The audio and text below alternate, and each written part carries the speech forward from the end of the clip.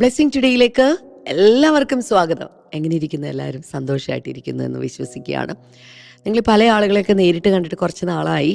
സാധിക്കുമെങ്കിൽ കൊച്ചിയിലേക്ക് വരിക, നമുക്ക് ഒരുമിച്ച് കാണാനായിട്ട് സാധിക്കും. ഞാൻ വിശ്വസിക്കുന്ന ഒരു കാര്യം എന്നുള്ളത്, സന്തോഷമുള്ളവർ പാട്ട് പാടട്ടെ, അങ്ങനെയാണ് ദൈവത്തിൻ്റെ വചനം പറയുന്നത്. ഈ ദിവസങ്ങളിൽ കർത്താവ് നിങ്ങളിൽ ഒത്തിരി പേർക്കും സന്തോഷം കൊണ്ട് നിറച്ച് പാട്ട് പാടുന്ന ഒരു അനുഭവത്തിലേക്ക് കർത്താവ് നിങ്ങളെ കൊണ്ടുപോകാൻ പോവുകയാണ്. എന്ന് വെച്ചാൽ ജീവിതത്തിന് മുന്നിൽ കാര്യങ്ങളൊക്കെ നോക്കുമ്പോൾ പ്രയാസമുള്ളതൊക്കെ ആയിരിക്കും, പക്ഷേ ദൈവം നിങ്ങളെ സന്തോഷം കൊണ്ട് നിറയ്ക്കാൻ പോവുകയാണ്. അതിശക്തമായ സന്തോഷം കൊണ്ട് കർത്താവ് നിങ്ങളെ നിറയ്ക്കാനായിട്ട് പോവുകയാണ്. ഹല്ലേലൂയ. അതിനുവേണ്ടി കർത്താവ് നിങ്ങളെ ഒരുക്കട്ടെ, സഹായിക്കട്ടെ, അനുഗ്രഹിക്കട്ടെ എന്ന് ഞാൻ ആശംസിക്കുന്നു, പ്രാർത്ഥിക്കുന്നു. അതോടൊപ്പം ഇന്നത്തെ നമ്മുടെ സ്പോൺസേഴ്സിന് വേണ്ടി കൂടെ നമ്മൾ പ്രാർത്ഥിക്കാനായിട്ട് പോവുകയാണ്.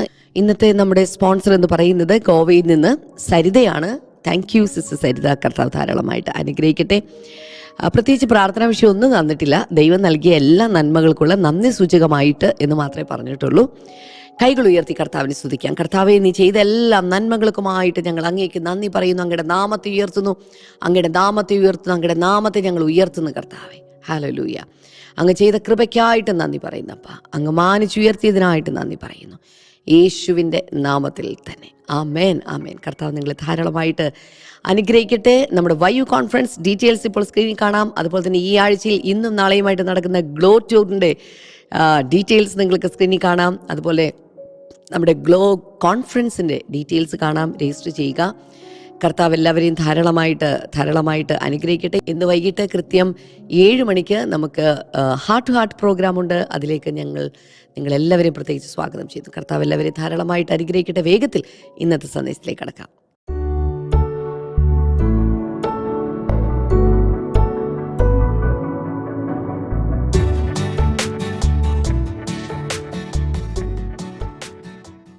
Welcome back. ഇന്നത്തെ ദിവസം നിങ്ങളുടെ ജീവിതത്തിൽ ഒരു വലിയ അനുഗ്രഹമായി മാറട്ടെ. കർത്താവ് യഥാവാനായി നമുക്ക് വേണ്ടി ജീവിച്ചിരിക്കുന്നു. നമുക്കൊരു പിതാവുണ്ട്, നമുക്കൊരു മൂത്ത സഹോദരനുണ്ട്, യേശു കർത്താവ്. നമ്മെ വഴി നടത്തുന്ന ഒരു GPS ഉണ്ട്, പരിശുദ്ധാത്മ നമ്മുടെ അകത്തുണ്ട്. ഓൾറൈറ്റ്. കഴിഞ്ഞ ദിവസം യേശുവിൻ്റെ പുസ്തകം 61:3 അതിൻ്റെ ലാസ്റ്റ് പാർട്ടിൽ, അല്ലെങ്കിൽ എൻ്റെ രണ്ടാമത്തെ മിഡിൽ പാർട്ടിൽ പറയുന്ന ഒരു കാര്യം നമ്മൾ ചിന്തിച്ചു. അതേതാണ്? A garment of praise instead of a spirit of despair. വിഷണ്ണ മനസ്സിന് പകരം സ്തുതിയുടെ മേലാട അല്ലെങ്കിൽ സ്തുതിയുടെ അങ്കി, അതിനെക്കുറിച്ചൊക്കെ ഇങ്ങനെ പറഞ്ഞുകൊണ്ടിരിക്കുകയായിരുന്നു. സാധാരണ വസ്ത്രങ്ങളെ കുറിച്ചൊക്കെ ബോധമുള്ള സെൻസുള്ള ആളുകൾ ഓരോ ഒക്കേഷനും പ്രത്യേക രീതിയിലുള്ള വസ്ത്രമാണ് ധരിക്കുക. ഉദാഹരണത്തിന് ജോലിക്ക് പോകുമ്പോൾ അവിടുത്തെ രീതി അനുസരിച്ച് ഉള്ള വസ്ത്രം. ഇനി അതിൽ തന്നെ ശരീരം കൊണ്ട് അധ്വാനിക്കേണ്ട പല വർക്കുകളൊക്കെ ഉള്ള ഒരു വർക്കിംഗ് ഡ്രസ്സ് ഉണ്ട് അവർക്ക്. വർക്ക്ഷോപ്പുകളോ അല്ലെങ്കിൽ പ്ലാന്റുകളിലോ ഫാക്ടറികളിലൊക്കെ വർക്ക് ചെയ്യുന്നവർക്ക്. ഓഫീസുകളിലാണെങ്കിൽ ചിലപ്പോൾ അവർക്ക് അതിൻ്റെതായ ഒരു യൂണിഫോം കാണും. നേഴ്സസിന് യൂണിഫോം ഉണ്ട്, ഡോക്ടേഴ്സിന് യൂണിഫോം ഉണ്ട്, പോലീസിന് യൂണിഫോം ഉണ്ട്. ഹോസ്പിറ്റലിൽ തന്നെ പല ഡിപ്പാർട്ട്മെൻറ്റുകളിലുള്ളവർക്ക് അതിൻ്റെതായ യൂണിഫോം ഉണ്ട്. ചർച്ചിൽ പോകുമ്പോൾ സാധാരണ നമ്മൾ കുറച്ചുകൂടി ഡ്രസ്സ് ശ്രദ്ധിച്ച് മാന്യമായ രീതിയിൽ വസ്ത്രം ധരിച്ച് ചർച്ചിൽ പോകാൻ ശ്രമിക്കും. അങ്ങനെയാണ് സാധാരണ എല്ലാവരും. ഒരു വിവാഹത്തിന് പോകുമ്പോൾ കുറച്ചുകൂടി പളപള തിളങ്ങുന്ന, അല്ലെങ്കിൽ കുറച്ചുകൂടി നല്ല, എങ്ങനെയാണ് പറയേണ്ടതെന്ന് അറിഞ്ഞൂടെ, ആ രീതിയിൽ അവിടുത്തെ സാധാരണ ചിലപ്പോൾ ഡ്രസ് കോഡ് എന്തെങ്കിലും ഉണ്ടോ, വേറെ ഏതെങ്കിലും ഒരു ബിസിനസ് പാർട്ടിക്കാണ് പോകുന്നതെങ്കിൽ അതനുസരിച്ച്. മരിച്ച വീട്ടിൽ പോകുമ്പോൾ ആരും ഈ കല്യാണ വീട്ടിൽ പോകുന്ന പോലെയുള്ള ഡ്രസ്സ് ഇട്ടുകൊണ്ട് പോവില്ല. വൈറ്റോ ക്രീമോ അല്ലെങ്കിൽ കുറച്ചുകൂടെ ചിലർ ബ്ലാക്ക്, അല്പം കൂടെ ദുഃഖത്തിൽ പങ്കുചേരാൻ വേണ്ടിയിട്ടുള്ള രീതിയിൽ ആണ് സാധാരണ പോകുന്നത്. കുറച്ച് മൈൽഡ് കളേഴ്സ്, സട്ടിൽ കളേഴ്സ് ഒക്കെ ഉപയോഗിക്കും. എനിക്കെൻ്റെ സെൻസൊക്കെ ഇത്തിരി കുറവാണ്, ക്ഷമാ സിസ്റ്റർക്ക് ഭയങ്കര കൂടുതലുമാണ്. അപ്പം ഈ ഞാൻ പറയാൻ വന്നത്, ഓരോ ഒക്കേഷനും എന്തുണ്ട്, വസ്ത്രധാരണത്തിൽ വ്യത്യാസം വരുത്തും. അലക്ഷ്യമായ ഒരാൾ നല്ല രീതിയിൽ വസ്ത്രം ധരിക്കാൻ, അതായത് ഡ്രസ്സിങ്ങിലൊക്കെ ഇത്തിരി കെയർഫുൾ ആകുന്നൊരു ക്യാരക്ടറാണ്. പക്ഷേ ഒരു ദിവസം ഒട്ടും ശ്രദ്ധയില്ലാതെ, മുടിയും ചെയ്യാതെ, എന്തോ ഒരു ഡ്രസ്സ് ഇട്ടുകൊണ്ട് ഓഫീസിലേക്ക് വന്നാൽ, എന്താണ് ഇങ്ങനെ വന്നിരിക്കുന്നത്, ഒട്ടും ഇതെന്താ ഇങ്ങനെ നമ്മൾ തന്നെ ചോദിക്കും. കാരണം ഒരുപക്ഷെ അലസമായ അന്ന് വരാൻ കാരണം മൂഡ് അങ്ങനെയാണ്. ഓ അല്ലേലും ഇതൊക്കെ ചെയ്തിട്ട് എന്താ കാര്യം എന്ന മൂഡിലാണ് വന്നിരിക്കുന്നതെങ്കിൽ ഒരുപക്ഷെ അലക്ഷ്യമായി എന്തെങ്കിലുമൊക്കെ വലിച്ചു വാരി ഇട്ടുകൊണ്ടിങ്ങ് വരും. കഴിഞ്ഞ ദിവസം ഞാൻ പറഞ്ഞ പോലെ ഒരു ഫ്യൂണറലാണെങ്കിൽ അതിനനുസരിച്ചായിരിക്കും ചെയ്യുന്നത്.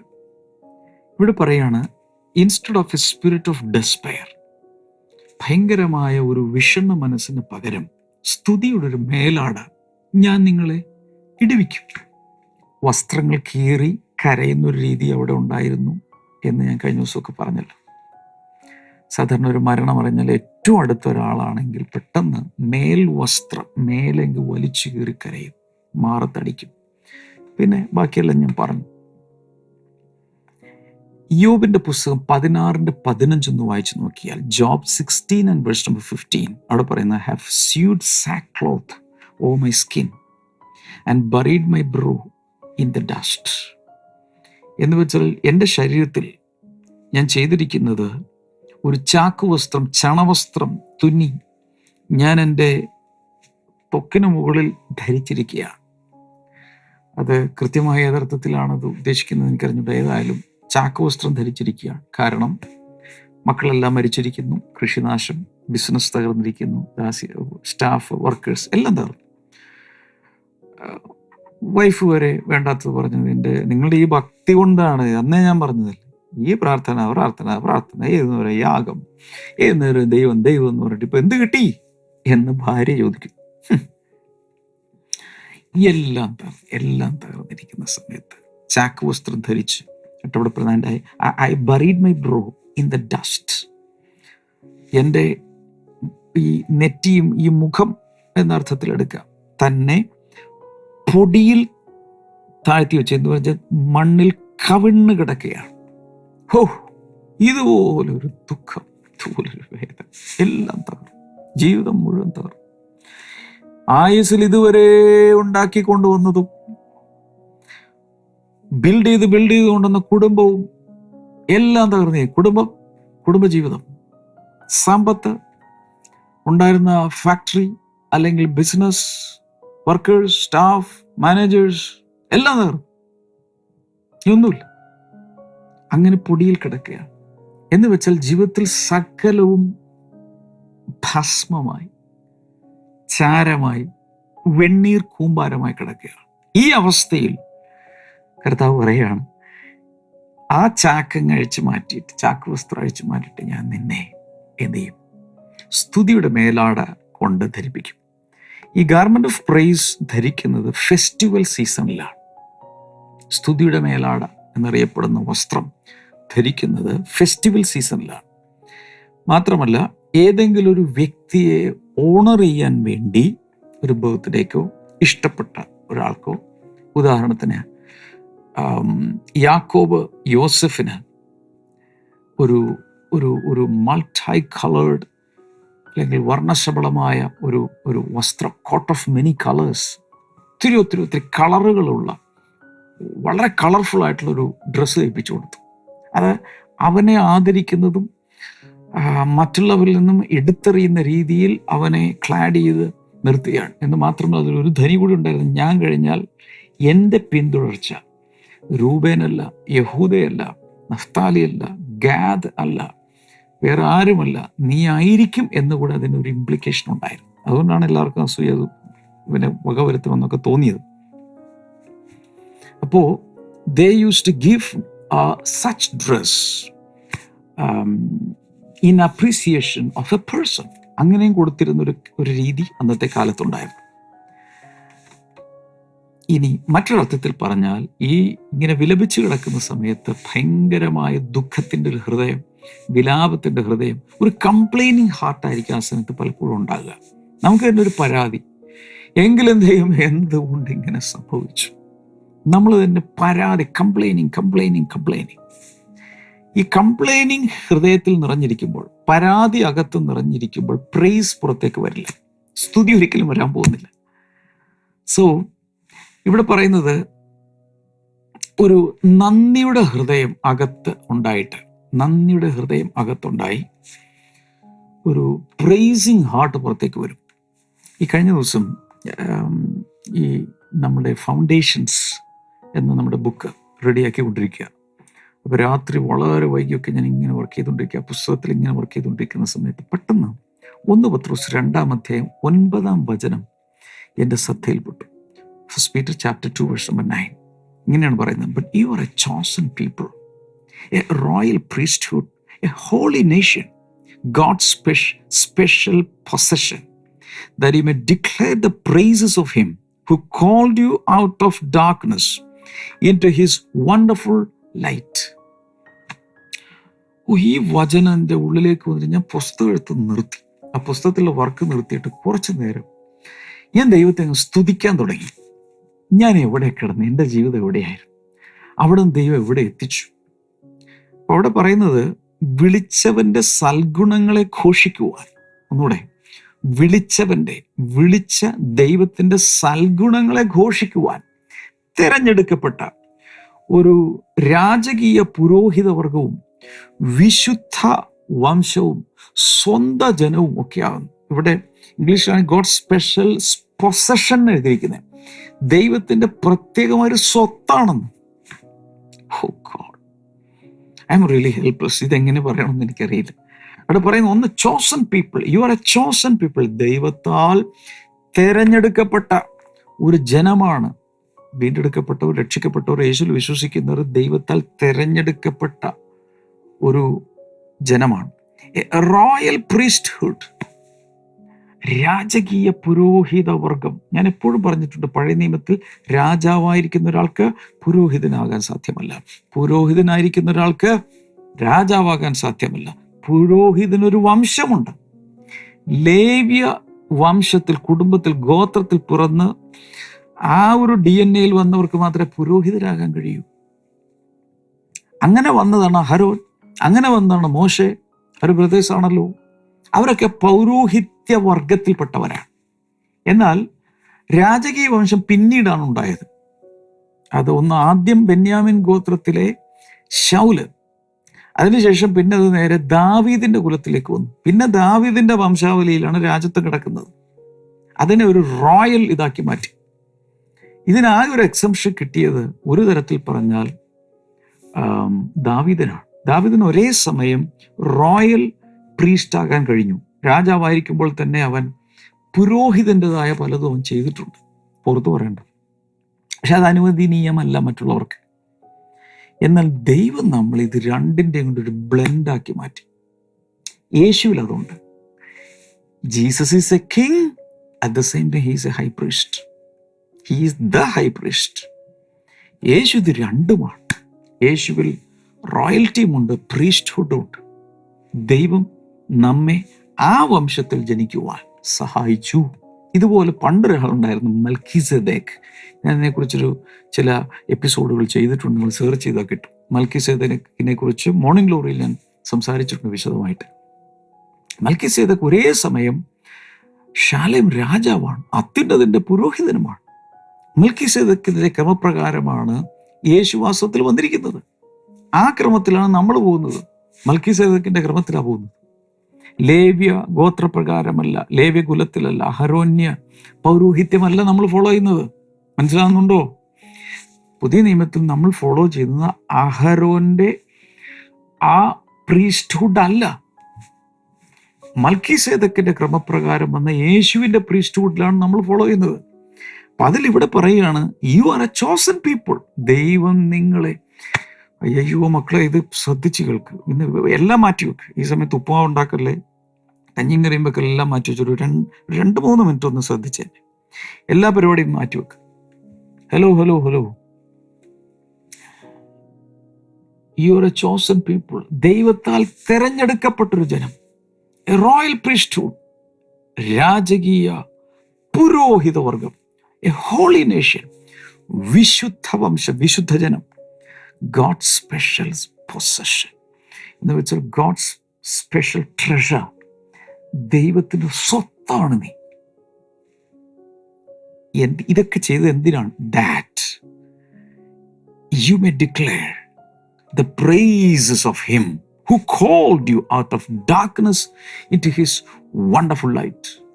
ഇരുളിൽ നിന്നും അവന്റെ അത്ഭുത പ്രകാശത്തിലേക്ക് നിന്നെ വിളിച്ചവന്റെ സൽഗുണങ്ങളെ ഘോഷിക്കുവാൻ തെരഞ്ഞെടുക്കപ്പെട്ട ഒരു ജനവും രാജകീയ പുരോഹിത വർഗവും വിശുദ്ധ വംശവും സ്വന്തം ജനവുമാണ്.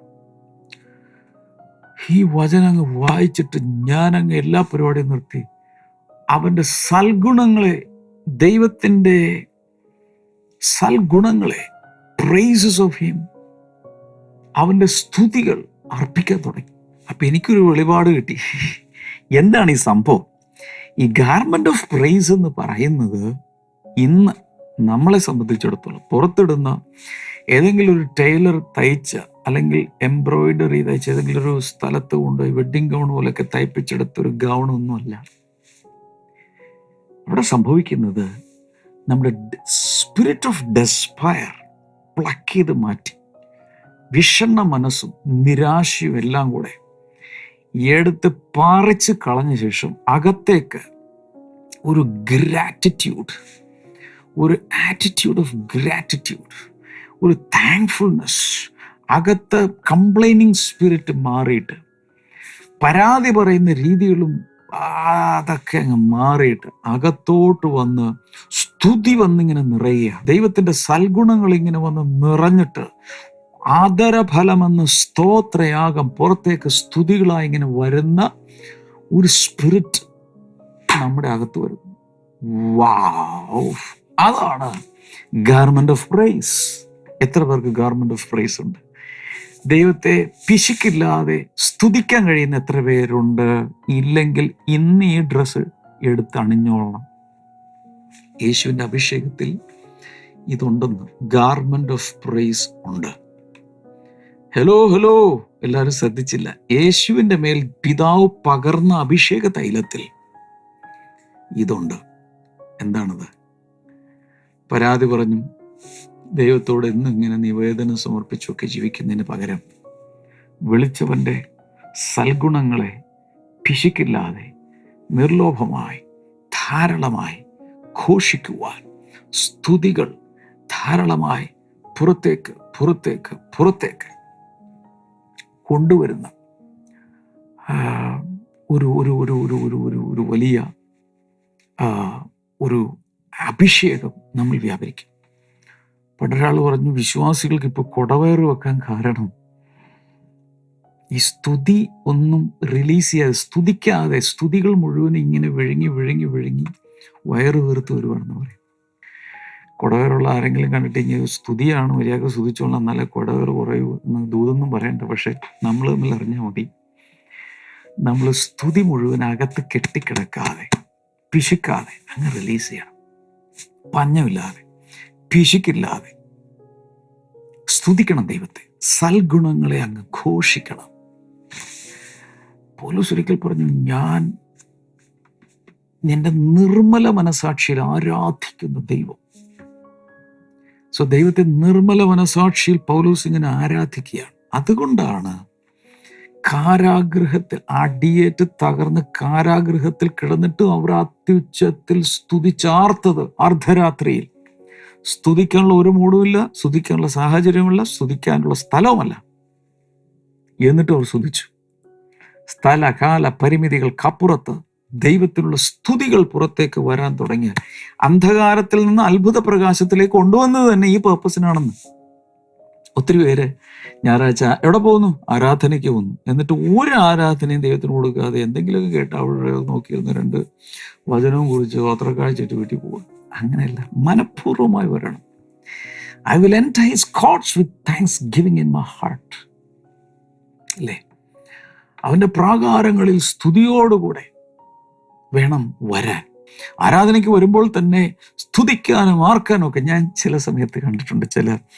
ചില ചർച്ചുകളിൽ, ഈവൻ കൊച്ചിൻ ബ്ലെസ്സിംഗ് ടുഡേ എല്ലാം ഓരോ സ്ഥലങ്ങളിൽ ചെല്ലുമ്പോൾ ചില ആളുകളുടെ സ്തുതി എന്ന് പറയുന്നത് അവരുടെ എല്ലാവരുടെ ശബ്ദത്തിനും മുകളിൽ അവരങ്ങ് സ്തുതിക്കും, പിശുക്കില്ലാതെ അഭിമാനത്തോടെ. That's it. ഇന്ന് ആ ഒരു കൃപ ഈ മോർണിംഗ് ഗ്ലോറി ലൈവായി ഇതിന് ശേഷം റീപ്ലേയിലൊക്കെ കാണുന്നവർക്ക് കർത്താവ് ഇമ്പാർട്ട് ചെയ്യണം, വിശ്വസിച്ചോളണം. ഇന്ന് മുതൽ അതങ്ങ് ആക്ടിവേറ്റ് ചെയ്തേക്കണം. നമുക്ക് ഒരുമിച്ച് പ്രാർത്ഥിക്കാം. യേശുവിൻ്റെ നാമത്തിൽ ദൈവിക വിടുതൽ ഇപ്പോൾ കൽപ്പിക്കുന്നു. രോഗങ്ങൾ ഇപ്പോൾ സൗഖ്യമാകട്ടെ എന്ന് ഞാൻ പ്രാർത്ഥിക്കുന്നു. യേശുവിൻ്റെ നാമത്തിൽ രോഗികൾ സൗഖ്യമാകട്ടെ, ക്യാൻസർ സൗഖ്യമാകട്ടെ, ആർത്രൈറ്റിസ് യേശുവിൻ്റെ നാമത്തിൽ സൗഖ്യമാകട്ടെ. ഞാനിത് പറയുന്ന സമയത്ത് തന്നെ ചില ശരീരങ്ങളിൽ ഇലക്ട്രിക് ഷോക്ക് പോലെ ദൈവശക്തി പാസ് ചെയ്യുന്നു. In Jesus name. വിശ്വസിക്കണം, അവിശ്വസിക്കരുത്. Thank you lord. വായ്ക്കകത്തുള്ള എന്തോ പ്രയാസങ്ങളുമായി ഉമിനീരിറക്കുവാൻ പോലും കഴിയാതെ ബുദ്ധിമുട്ടുന്ന ഒരാൾ യേശുവിൻ്റെ നാമത്തിൽ സൗഖ്യമാകട്ടെ. അലർജികൾക്ക് യേശുവിൻ്റെ നാമത്തിൽ വിട്ടുമാറാം. കിടപ്പ് രോഗികൾ യേശുവിൻ്റെ നാമത്തിൽ എഴുന്നേൽക്കട്ടെ. Thank you Lord. കർത്താവ് വലിയ രോഗസൗഖ്യങ്ങളെ അയച്ചതിനായി നന്ദി. In Jesus name. നിങ്ങൾക്ക് ഫോൺ എടുത്ത് സ്ക്രീനിൽ നമ്പറിൽ പ്രയർ കോൾ സെൻറ്ററിലേക്ക്, പ്രയർ ലൈനിലേക്ക് വിളിക്കാം. ശുശ്രൂഷകർ നിങ്ങൾക്ക് വേണ്ടി പ്രാർത്ഥിക്കും. ഈ ദിവസങ്ങളിൽ എക്സാമും ഇൻ്റർവ്യൂ ഒക്കെ ഫേസ് ചെയ്യുന്ന ചിലരെ എൻ്റെ മുമ്പിൽ കർത്താവ് കൊണ്ടുവരുന്നു. നിങ്ങൾക്കുള്ളൊരു അനുഗ്രഹം കർത്താവിന് പോന്നിട്ടുണ്ട്. നാളെ നമുക്ക് വീണ്ടും കാണാം. God bless you all. By.